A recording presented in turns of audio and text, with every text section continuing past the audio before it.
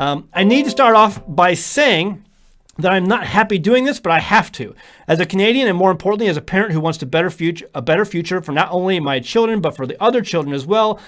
It's the whole, he's a liberal because he's all like, it takes a village, right?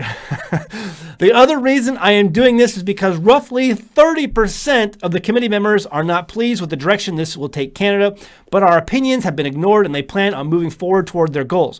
They have also made it very clear that nothing will stop the planned outcomes. The roadmap and aim was set out by the PMO and is as follows. Phase 1. In secondary lockdown restrictions on a rolling basis, starting with major metropolitan areas first and expanding to outward. This is already happening right now, November 2020. New York is shutting down schools, they announced today. California is in their second lockdown. The other communities, states, metropolitan areas are going into their second lockdown now, November 2020. Rush the acquisition of or construction of isolation facilities across every province and territory expected by December 2020. Now you might say, this is just for Canada. Hold on to your hats. Daily new cases of COVID-19 will surge beyond capacity of testing, including increases in COVID-related deaths following the same growth curves expected by the end of November 2020.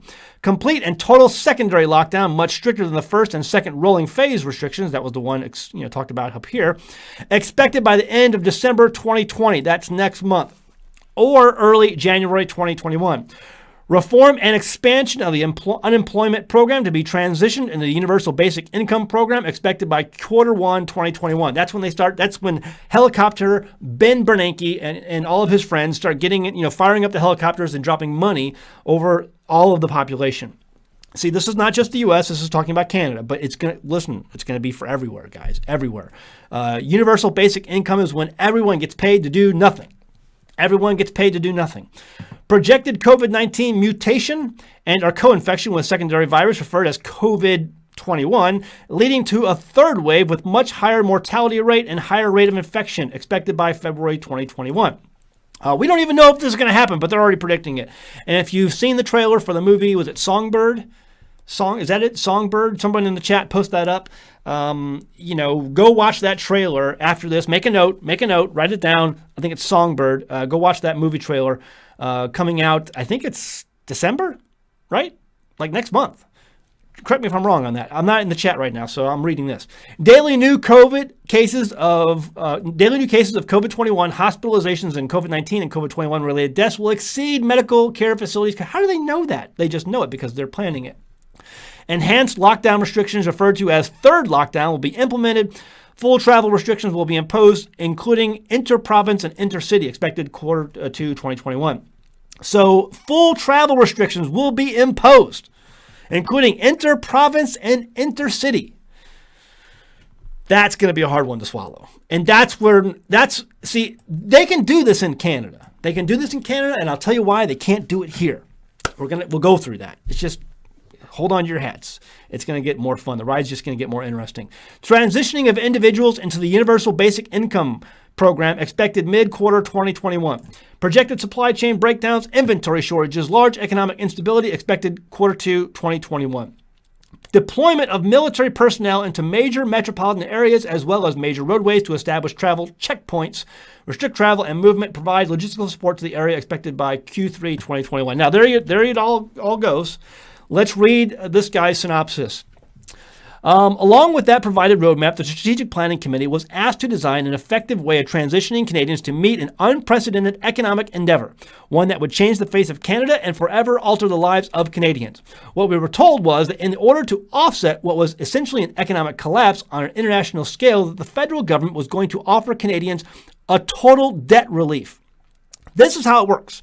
The federal government will offer to eliminate all personal debts, mortgages, loans, credit cards, which all funding will be provided to Canada by the IMF. That's the International Monetary Fund. If you have been paying attention to the International Monetary Fund lately, if you think this is crazy, they have called for a new Bretton Woods.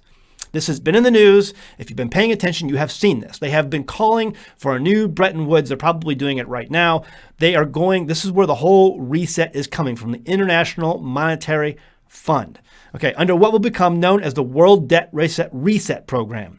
In exchange for acceptance of this total debt forgiveness, what do we get behind door number one, Johnny? The individual would forfeit ownership of any and all property and assets forever.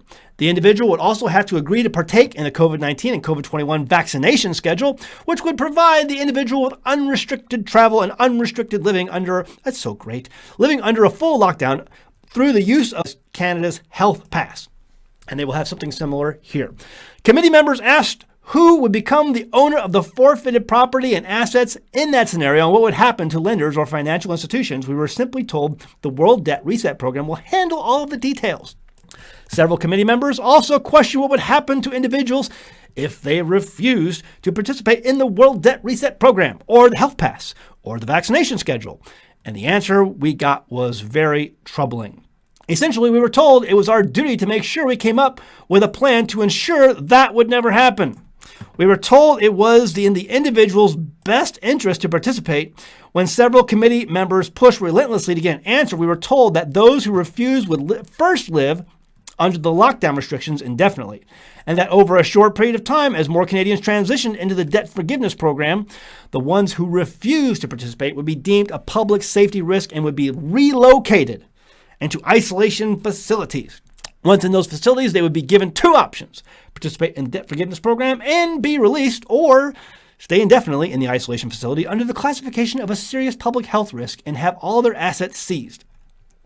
So, as you can imagine, after hearing all of this, turned into quite the heated discussion and escalated beyond anything I have ever witnessed before. In the end, it was implied by the PMO that the whole agenda will move forward no matter who agrees with it or not. That it won't just be Canada, but in fact, all nations will have similar roadmaps and agendas. That we will need to take advantage of the situations before us to promote change on a grander scale for the betterment of everyone.